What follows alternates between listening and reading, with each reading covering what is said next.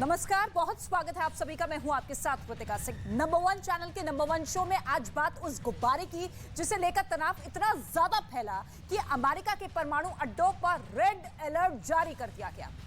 America का शक है कि चीन ने जो गुब्बारा उड़ाया उसके पीछे शी जिनपिंग नहीं बल्कि किसी और का दिमाग है।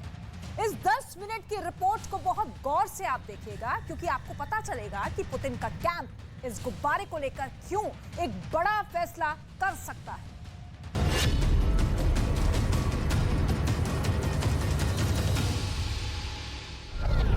परमाणु युद्ध का dry run video number 1। Kim Jong Un के देश के इतने करीब अमेरिका के परमाणु बम वर्षकों का उठना क्या न्यूक्लियर वॉर का अल्टीमेटम है? परमाणु युद्ध का ड्राई रन वीडियो नंबर 2। रूस के राष्ट्रपति व्लादिमीर पुतिन परमाणु ब्रीफकेस के साथ नजर आए। पुतिन का परमाणु बटन देख रूस के दुश्मन क्यों घबराए? परमाणु युद्ध का ड्राई रन वीडियो नंबर 3। क्या अमेरिका पर गुब्बारे से होगा हमला? अमेरिका में चीन का गुब्बारा कैसे आया? क्यों न्यूक्लियर अटैक का खतरा साथ लाया?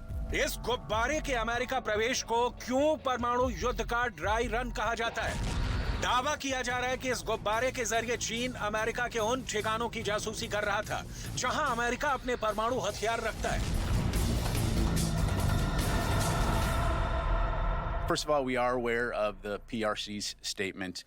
However, the fact is we know that it's a surveillance balloon, and I'm not going to be able to be more specific than that.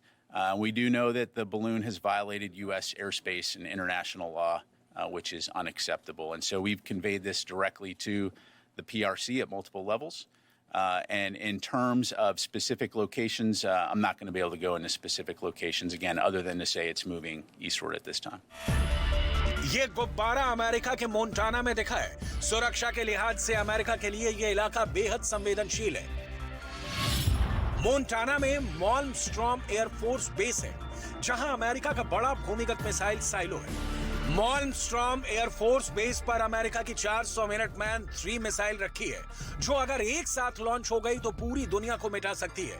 मॉल्मस्ट्रॉम air force base का साइलो 35,750 वर्ग किलोमीटर में फैला है। साइलो में मौजूद मिनटमैन 3 अमेरिका के अंतर महाद्वीपीय बैलिस्टिक मिसाइल है। मिनटमैन 3 मिसाइल परमाणु हमला करने में सक्षम है। मिनटमैन 3 की रेंज 10,000 किलोमीटर है। 24,000 किलोमीटर प्रति घंटा की रफ्तार से निशाना भेद सकती है। पेंटागन ने आम लोगों की सुरक्षा के जोखिमों को देखते हुए तुरंत कोई कार्रवाई नहीं करने का फैसला किया है। मतलब गुब्बारे को किसी हवाई हथियार से नहीं मार गिराया। मोंटाना राज्य के आसमान में दिखे इस गुब्बारे के बारे में कहा जा रहा है कि ये चीन से उड़कर अमेरिका पहुंचा है और इसका मकसद अमेरिका के परमाणु ठिकानों की जासूसी करना था। यही वजह है कि अमेरिकी विदेश मंत्री एंटनी ब्लिंकन ने अपनी चीन यात्रा को स्थगित कर दिया। This trip that Secretary Blinken had planned to take beginning this weekend had been long anticipated. It was first announced by President Biden and President Xi of China back in November when they met in Bali, Indonesia. It was intended to be an important series of meetings in which the U.S. and the Chinese could attempt to bridge some of the very many differences that the two sides have. प्रथम विश्व युद्ध के दौरान spy balloon का काफी प्रयोग हुआ था। इसके अलावा कोल्ड वॉर के समय भी सोवियत संघ और चीन की खुफिया जानकारी इकट्ठा करने के लिए अमेरिका ने सैकड़ों गुब्बारे लॉन्च किए थे। हालांकि जब से मानव रहित ड्रोन और सैटेलाइट आ गए हैं, तब से इनका उपयोग कम हो गया है। ऐसा नहीं है कि इनका इस्तेमाल बिल्कुल बंद हो गया है। ऐसे गुब्बारों के इस्तेमाल जासूसी के लिए होते हैं। इन गुब्बारों के जरिए एक छोटा परमाणु बम भी ले जा सकते हैं, जो अगर हवा में फट जाए तो बहुत बड़ी तबाही मचा सकता है। यही वजह है कि इस घटना को चीन के परमाणु हमले का ड्राई रन कहा जा रहा है। लेकिन चीन का हमदर्द रूस यूक्रेन युद्ध से पहले ही परमाणु युद्ध का ड्राई रन दिखा चुका है। लेकिन 2023 में पहली बार पुतिन अपने खतरनाक न्यूक्लियर ब्रीफकेस के साथ देखे गए। पुतिन का चेगर रूस के राष्ट्रपति के इस ब्रीफकेस को जैकेट कहते हैं। ये देखने में एक साधारण ब्रीफकेस जैसा है, लेकिन काम ऐसा करता है जिसे जानकर होश फाख्ता हो जाएंगे। इस ब्रीफकेस को खोलने पर पाएंगे कि इसमें ऐसे बटन होते हैं जिनसे पूरी दुनिया एक झटके में तबाह की जा सकती है।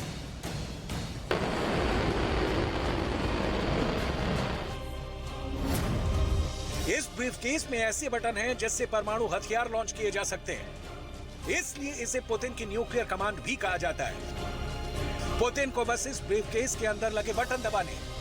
पश्चिमी मीडिया की एक रिपोर्ट के मुताबिक पुतिन स्टालिनग्राद में जर्मनी पर मिली जीत की 80वीं वर्षगांठ पर पहुंचे थे और इस दौरान उनके साथ मौजूद 2 सुरक्षाकर्मी काले रंग के ब्रीफकेस लिए नजर आए। एक सुरक्षाकर्मी वहां से आगे की तरफ बढ़ गया, जबकि दूसरा पुतिन से थोड़ी दूर पर ही खड़ा रहा। पश्चिमी मीडिया का दावा है कि जो सुरक्षाकर्मी पुतिन के साथ चल रहा था, उसी के पास परमाणु ब्रीफकेस था, जिससे पुतिन कभी भी, कहीं से भी, किसी भी टारगेट पर परमाणु हमले को अंजाम देने का आदेश दे सकते हैं। मौका परमाणु युद्ध का आया तो पुतिन अपने परमाणु ब्रीफकेस का कैसे इस्तेमाल करेंगे, इसे जान लीजिए। रूस की परमाणु पावर पुतिन के ऑर्डर से लेकर लॉन्चिंग पैड तक कैसे पहुंचती है और कैसे दागा जाएगा दुनिया का सबसे खतरनाक परमाणु बम। पुतिन न किसी को फोन करेंगे, न पुतिन किसी को ऑर्डर देंगे।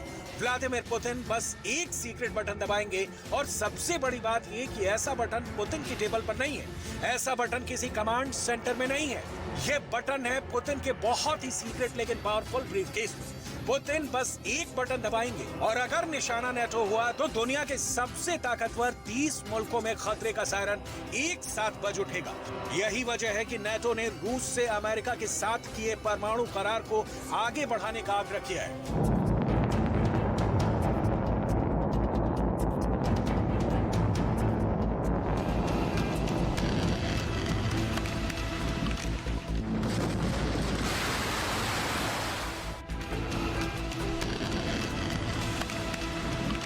दो 2011 से 2036 के बीच के 25 वर्षों में अमेरिका और रूस को परमाणु युद्ध पर पूर्ण विराम लगाना था, लेकिन 2023 में वो करार अब टूटने की कगार पर पहुंच गया है।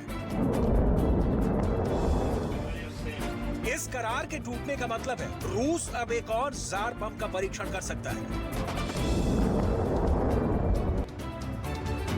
इस करार के टूटने का मतलब है अमेरिका अपने परमाणु जखीरे को और बढ़ाने के लिए नया परमाणु परीक्षण कर सकता है।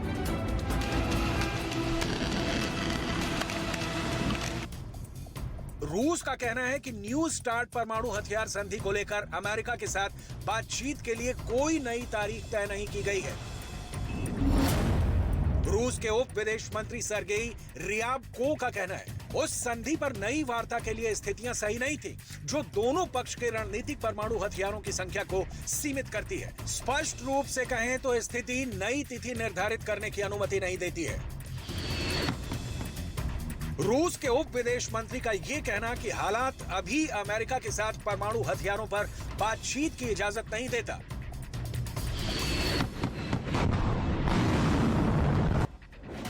अपने आप में बहुत बड़ा इशारा कर रहा है, क्योंकि परमाणु हथियारों के लिए तय की गई संधि का टूटना सीधे सीधे परमाणु युद्ध का इशारा करता है।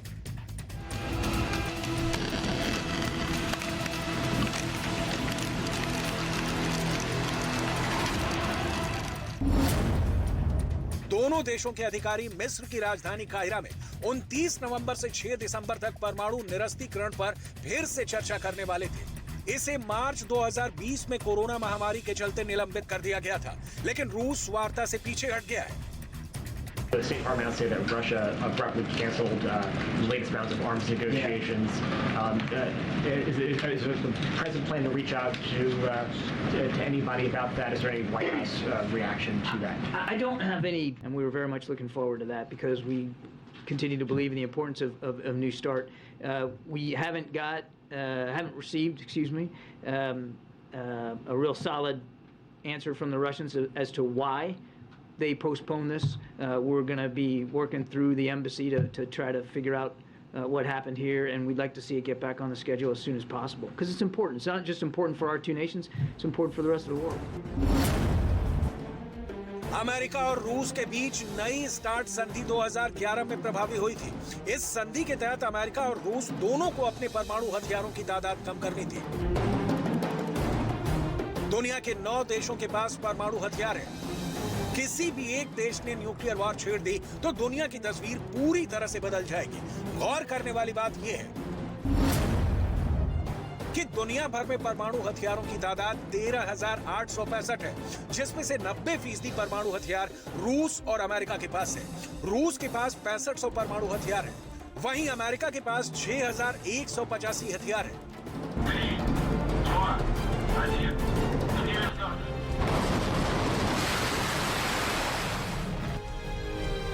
लेकिन फेडरेशन ऑफ अमेरिकन साइंटिस्ट की रिपोर्ट पर गौर करें तो सामने आता है कि अमेरिका रूस के मुकाबले अधिक तादाद में अपने परमाणु बमों को मिसाइल, एयरक्राफ्ट, युद्धपोत और पनडुब्बियों पर लगा रखा है।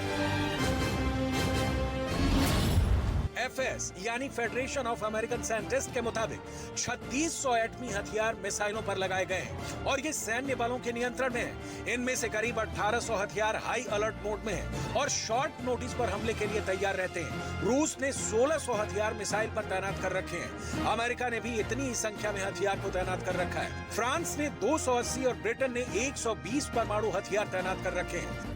परमाणु बम को बनाने की शुरुआत सबसे पहले अमेरिका ने सेकेंड वर्ल्ड वॉर के दौरान किया था। अमेरिका ने साल 1942 में परमाणु हथियार बनाने के लिए मैनहट्टन परियोजना की शुरुआत की थी, जिसमें तब $2 अरब का खर्च आया था, जो आज की तारीख में 2 लाख करोड़ भारतीय रुपए के बराबर है। फिर रूस, ब्रिटेन और फ्रांस जैसे देश एटॉमिक होड़ में शामिल हो गए। अगर दुनिया के परमाणु बमों की तादाद को ग्राफ के जरिए समझने की कोशिश करें तो साल 1945 में 2 एटम बम से बढ़कर साल 1985 में कोल्ड वॉर के आखिरी दौर में पूरी दुनिया में परमाणु हथियारों का जखीरा टॉप पर था। उस वक्त एटम बमों की तादाद 66,449 तक पहुंच गई थी। Bulletin on the atomic scientist द्वारा बनाए गए डेटा से पता चलता है कि 1986 के बाद से एटम बम कम होते गए हैं। फेडरेशन ऑफ अमेरिकन साइंटिस्ट यानी एफएस के मुताबिक 1990 की दशक की तुलना में हाल के दिनों में परमाणु हथियारों को नष्ट करने की रफ्तार में कमी तो जरूर आई है, लेकिन एक अनुमान के मुताबिक दुनिया में अभी जो तकरीबन 13,900 परमाणु बम मौजूद हैं,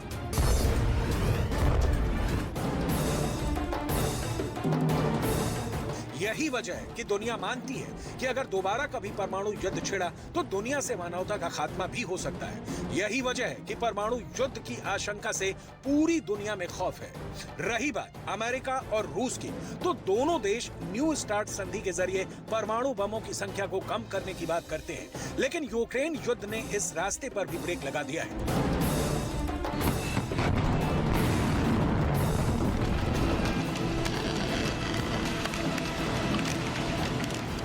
न्यूज़ 18 इंडिया की web series FIR number 208 streaming now.